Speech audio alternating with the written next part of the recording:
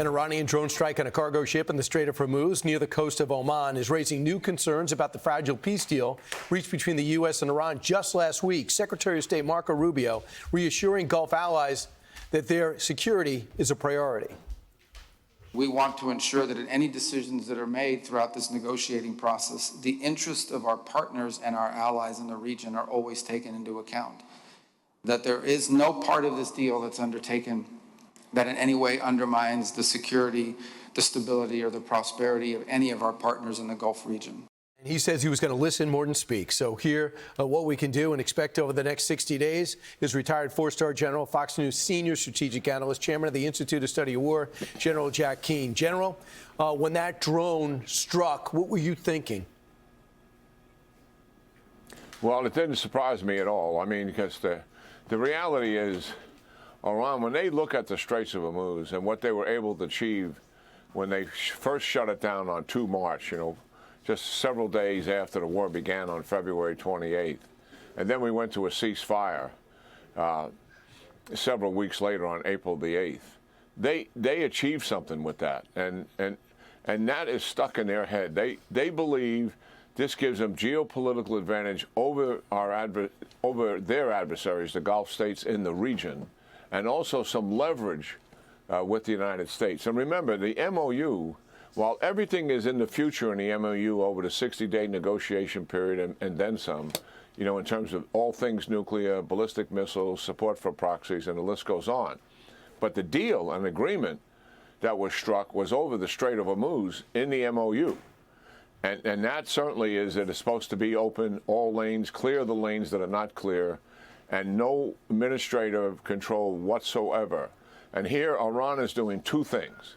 One is they're exercising administrative control, and certainly that is prohibited. And what I mean by that, they're telling ships where they can go and when they can go in terms of what lanes. And 2, you have to get Iranian insurance to execute that. That is absolutely prohibited by the MOU. And then obviously violating the ceasefire is what it is, and taking a cargo ship. Now, why did they shoot at that ship? Well, because it was in a lane that they didn't want them to be in, a lane that's much closer to Oman and where U.S. Military forces are. So we're going to have to arm wrestle this out, make certain that they step back. And if they continue to do this, I think a couple of things are going to happen. The president is not going to let this stand. He's been public record explaining exactly where he is on the Straits of Hormuz. The MOU was kind of confusing in the sense, remember what it said? No restrictions during a 60-day period. And then when the 60-day period is over, yes, Oman and the Iranians are going to work out the details in terms of how to administer it to it. Well, that implies a level of control. The president spoke out very pointedly on that and said that's not going to happen. If anybody's going to control the Straits, it's going to be the United States, and we'll actually charge a fee if a fee is appropriate. So this is going to get resolved. Either it'll get resolved and the Iranians will stand down and stop what they're doing, or we will force them to stand down. And step 1 would be put back in place what we were doing when we cleared a lane and we were protecting the ships to go through that one lane that was close to Oman. We were getting 55 ships through there a day. Or, if necessary, go back to Project Freedom, which is we absolutely open the straits physically and keep them open and maintain a presence there to guarantee that that's open. And obviously that would take some time. But nonetheless, that's what's in front of us.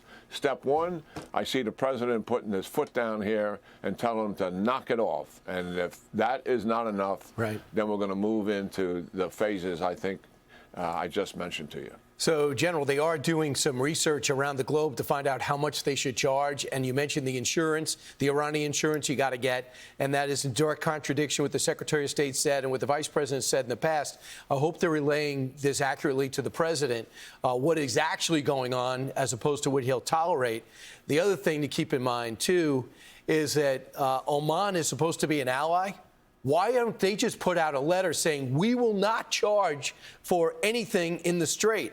Why are they seemingly talking to Iran about charging for the Strait?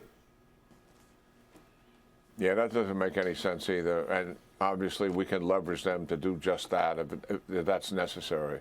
I think we're going to need an American public statement on what is happening here and what our intentions are and what lies ahead if the Iranians don't comply with that. We're not going to stand for this, obviously. This you cannot overstate how strongly the Iranians feel about control of the Straits. It's equal to nuclear weapons, and I'm not overstating it. Why is that? Because it provides them deterrence, and we've seen the evidence of that deterrence here during the war, and it gives them leverage and control in the region, and that's what they want. And they believe that is a plus that has happened.